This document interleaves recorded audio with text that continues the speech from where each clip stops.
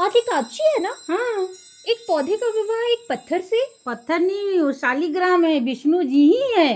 पर विष्णु जी की पत्नी तो लक्ष्मी माता है। ये लो, मैं काम करने जा रही हूँ। मैं समझाती हूँ। तो हमारे शास्त्रों के अकॉर्डिंग एक पतिव्रता पत्नी थी जिसका नाम था वृंदा, जो विष्णु जी की बहुत बड़ी भक्त थी। वृंदा की शादी हुई जलंधर से, जो एक अधर्मी व्यक्ति था। वृंदा की भक्ति में बहुत ताकत थी और जब तक वृंदा अपने पति के लिए निष्ठावान होती तब तक जलंधर को कोई भी नहीं हरा सकता था, ना ही राक्षस और ना ही देवता। और इसी कारण से उसने तीनों लोक पर विजय प्राप्त कर लिया। और अब जलंधर और भी ज्यादा अधर्मी हो चुका था, पापी बन चुका था। वो ये भी जानता था कि उसको हराना बहुत मुश्किल है। तो ऐसे अधर्मी का नाश करने के लिए विष्णु जी को भी छल का रास्ता लेना पड़ा। उन्होंने जलंधर का रूप लिया और वृंदा के सामने पहुँचे और इससे वृंदा का पतिव्रता धर्म टूट गया और दूसरी तरफ शिव जी ने जलंधर का वध किया। अधर्म का नाश करने के लिए विष्णु जी को ऐसा कठोर कदम उठाना पड़ा। जैसे ही वृंदा को ये पता लगा, उसने अपने भगवान को ही श्राप दे दिया कि आप भी कठोर हो जाएं, आप भी अपनी पत्नी से बिछड़ जाएं और भगवान अपने भक्त की बात टाले, ऐसा तो हो ही नहीं सकता। विष्णु जी बन गए शालिग्राम, एक कठोर पत्थर। और कुछ युगों बाद जब राम जी का अवतार लिया तो उन्होंने खोया सीता माता को। इस तरीके से उन्होंने दोनों ही श्रापों को अपना लिया। और इधर वृंदा जो एक प्रतिव्रता थी, उसने अपना शरीर ही त्याग दिया, लेकिन उसकी भक्ति, प्योरिटी और निष्ठा हमेशा के लिए अमर हो गई। अपना देह त्याग कर वो राख तो बन गई, लेकिन फिर भूदेवी यानी लक्ष्मी माता से ही उन्होंने नया शरीर